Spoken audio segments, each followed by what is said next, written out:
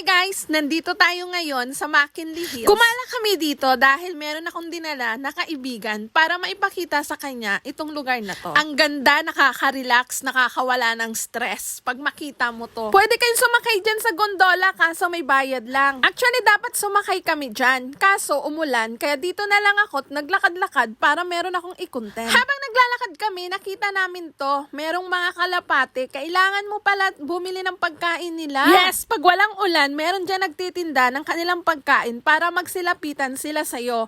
At eto, habang naglalakad, pumasok kami, patingin-tingin lang, window shopping, o diba yan palang kaibigan ko si Leslie, pabalik na siya ng Jeddah. Kaya isa yan sa rason kung bakit kami nandito sa McKinley. At after naming gumala, nagkumain kami sa Saburi. Ang sarap ng pagkain nila guys. Yes, ang sarap ng pagkain nila, kaya isa ito sa request ng ating bisita. Dahil pabalik na siya ng Jeddah, bawal na sa kanya kumain ng pork. Kaya nag-order kami. Kaya ang in-order namin ay chop suey with pork crispy. O siya, kain muna kami. Thank you for watching. Bye!